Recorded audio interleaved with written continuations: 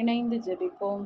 ஆண்டவரே இயேசுவே, வியத்தகு ஆற்றல் கொண்டவரே, உம்மை துதிக்கின்றேன். எனக்கு வாழ்வு தருபவரே, உம்மை புகழ்கின்றேன். என் பாதுகாப்பும் கற்பாரையும் கோட்டையுமானவரே, நன்றி கூறுகின்றேன்.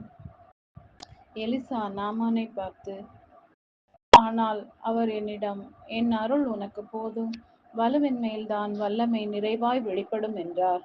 ஆதலால் நான் என் வலுவின்மையை பற்றித்தான் மனமுவந்து பெருமை பாராட்டுவேன்.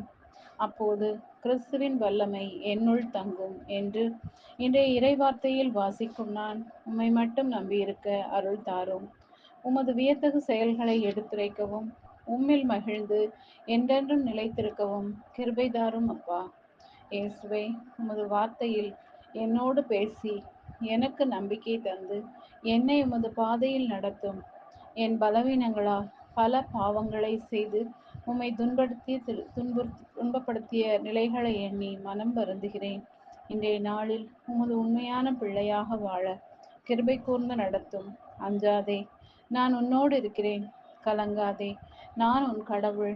உன்னை என் வலக்கரத்தால் தாங்குவேன் என்ற இயேசுவே, அச்சம், கவலை, ஏமாற்றங்களால் தவிக்கும் அனைவரையும் உமது வல்லமையான கரத்தால் மூடி ஆறுதல் கொடுக்க வேண்டுமாய் மன்றாடுகின்றேன்.